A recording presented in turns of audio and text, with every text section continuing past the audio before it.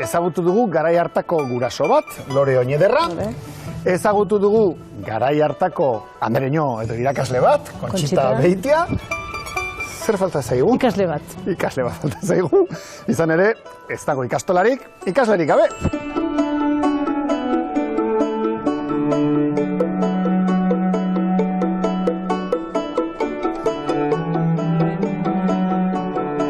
Elbira Zipitriak hainbat ikasle belaunaldi hezi zituen bere etxean. 1956an hasita eta 1967 arte.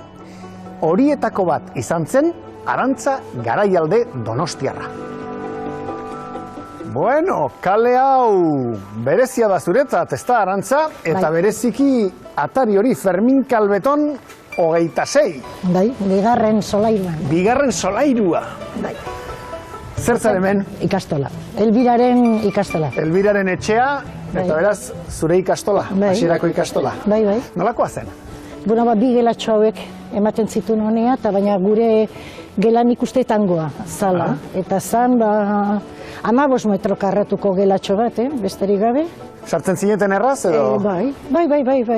Lurrean egiten genuen gure ikasketa osoa, borobilean asko, berak esaten zigun, txinarra bezala eserita. Aulkirik ez? Aulkirik ez zegoen. Aulkiren bat gero, maila zeukan, baina pareteko maila hauetako bat, eta hor txandaka, zer idazlanen bat edo egin behar genunean aritzen ginen. Baina orokorrean txotxakin, kanikakin, lan guztia lurrean egiten genuen. Eta bera, Elbira, nolakoa zen? Bokazio aldetikan ikaragarria. Eta oso, sorti ikaragarria izan genuen guk ere, hori zala eta etzala. Ez genek egun garai hartan ze ikasten ari eginen. Beste alde batetik, bizi izan genuen oso zorrotza zala gauza guztietan. Nik egun hauetan, hori bloken bat, okurritu zitzaidan begiratzea eta ikustea, nereak gelditzen diranak, 7-8 urtekoak dira. Nere ustez, jaia xutxen da, bere zuzenketa bat dago jarria, aldapetako aldapa dirudi. Adibidez, putxukuntasuna, puntualitatea, gauza guzti horiek, buruz ikasi behartzan guztia, txorakeri gutxi esatea.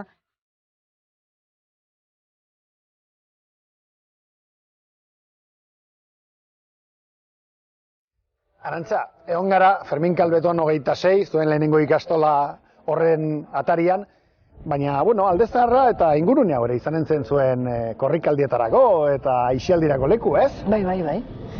Gu gelan ematen genitun, 2 ordu. Baina 2 orduetatik askotan ateratzen ginen merkatura, edo kaira. Ikustera ere arrantzaleak nola etortzen ziren, eta aprobetxatzen zuen ariketak egiteko sardinak ziala, batuketak, enketak, zenbaten sartu, eta urgulera.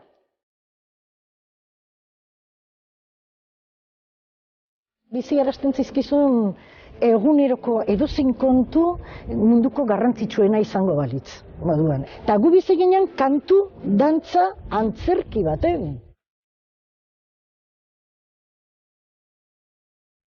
Nori, nork. Nori, nork, baldintza eta subjuntibo, joder. Azkenengo bitza ez, baina aurrekoa, bai. Elbira Zipitria izan zen, lehenengue, erdal terminologia baztertu zuena. Eta berriak, nori, nork, bezalakoak, zabaltzen, hasi zena. Errandigute zerbait ekarri duzula guri erakusteko. Xabiertxo, berez hau da nik erabili nuna, eta normala zen familian batetik bestera pasatzea. Eta hemen danetik agertzen da. Hemen aurkibidean ikusten badego, jangoikoa. Lehenik eta behin. Xabiertxo zala protagonista, bere arreba uste dut iziartxo, garbitasuna, gizabidea, soinen borra, entzumena, usaimena, gozamena, janariak, baserria. Ingurunearen ezagutza deritzotena, ez? Kurrikuluan. Bai. Azken finean.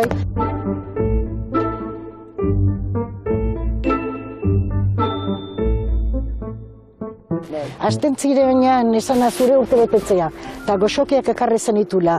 Eta horrekin aprobetxatzen zuen esateko zenbat goxoki, kendu, kanketa, batuketa egin behartzana. Edo zenbat botoi genitun angeunden guztiak. Geografia, guk ikasi dugu Urgulletikan, Aruntzajon, Zertzan irla, zertzan golko bat, zertzan ibaia, zertzan lurmuturra. Dana, baina ikusiaz. Inork landatu alditun dilistak kastolan, eskolan, jakiteko zelan garatzen dien. Bai? Bai? Seguro egin duzuela hau, ezta? Badau modurik hobeago dilistak zelan sortzen dien natura ikasteko sistema bat? Badago, hobea? Eta gero, beste eskolara jantzinean nabaritu zenun alderik edo... Gutxi, junintzalako Santo Tomas Lizeoko zorrerara, esan dezagun. Ados.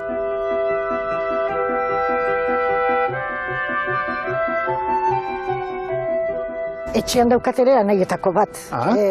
Ni baino 4 urte zarragoa. Eta ez lizeora iban? Ez, etxegon orduan lizeorik. Eta berari amak aukeratu zuen marianistak. Eta marianistetara sartu behar izan duzenean bere 9 urtekin, amarekin joan zan eta egin zioten, bastakit elkarrizketa tankerako bat, zuzendariak eta bere maila ikusteko, ez ezaguna zalako dana euskeratik zetorrela. Eta txundituta gelditu ziren. Eta gehiago jakintzutenean, gehiena 2 ordu goten ginela, edo 3 ordun. Eta ematen ziora maila hori eukitzeko. Eta berak, bai komentatzen du, bapatean 40 gela baten sartu, Elbirarekin euneko, ez dakitzen bat, baina 50 ahozkoa lantzen zen, eta berak beti komentatzen du, pentsatzen du behar bada astean, berak bere gelan, 5 minutu gehiena itzenkin gozula ahoz zerbait hori lantzeko edo egiteko, joan bakarra horrekin gero neska mutiletatik, mutiletara pasatzen bakarra. Disiplina, filatan sartu beharra, 7 ordu edo 6 edo goten zirenak, askotan jakin gabe zer egiten zen, da, bai, aldaketa handia. Ingo dugu ariketa bat. Amaia, dendara joan da. 28 sagar erosi ditu. Bidean, bere lagun batekin topo egin du. Lagunak goze esamorrata zegoen, eta orduan 3 eman dizkio. Geo, bere neba zaharrakin topo egin du, eta eman dio beste 2. Gero, bidean, ez dakiz zelan, 3 eman zaizkio, eta ikusi behar dugu, zenbat zagar geratzen dien. Beste zenbakirekin, ni zagar baginen algo. Lagunari zenbat eman diozu? 3, venga. Da geo, nebakin topo egin du, baina zagarrik eman aldizkio. Ez dakit. Bai, horrek daki, bai, 2. Gero galdu ditu, bai? Zenbat zagar geratzen dira, Amaia? 20. 20ekin joan zaretxera. Holan ikasten zuten zenbatzen. Konkretutik abstraziora. Edozein elemento ona zan ikasteko.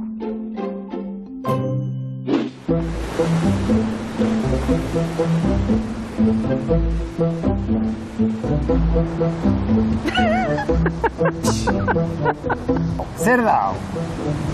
Txotxak. Bai. Baina, badakizu erabiltzen zutela matematika irakasteko? Erretu baldin badizut gainera biderkaketak irakasteko erabiltzen zutela Elbira Zipitriak? Zenbatu, bai. Bai, matematika irakasteko ere bai. Bai, Elbirak egin zituen 22 urte klase ematen bere etxean, 1977 arte, baina ordurako, jadanik Euskal Herrian barna, hainbat ziren sortutako ikastola berriak.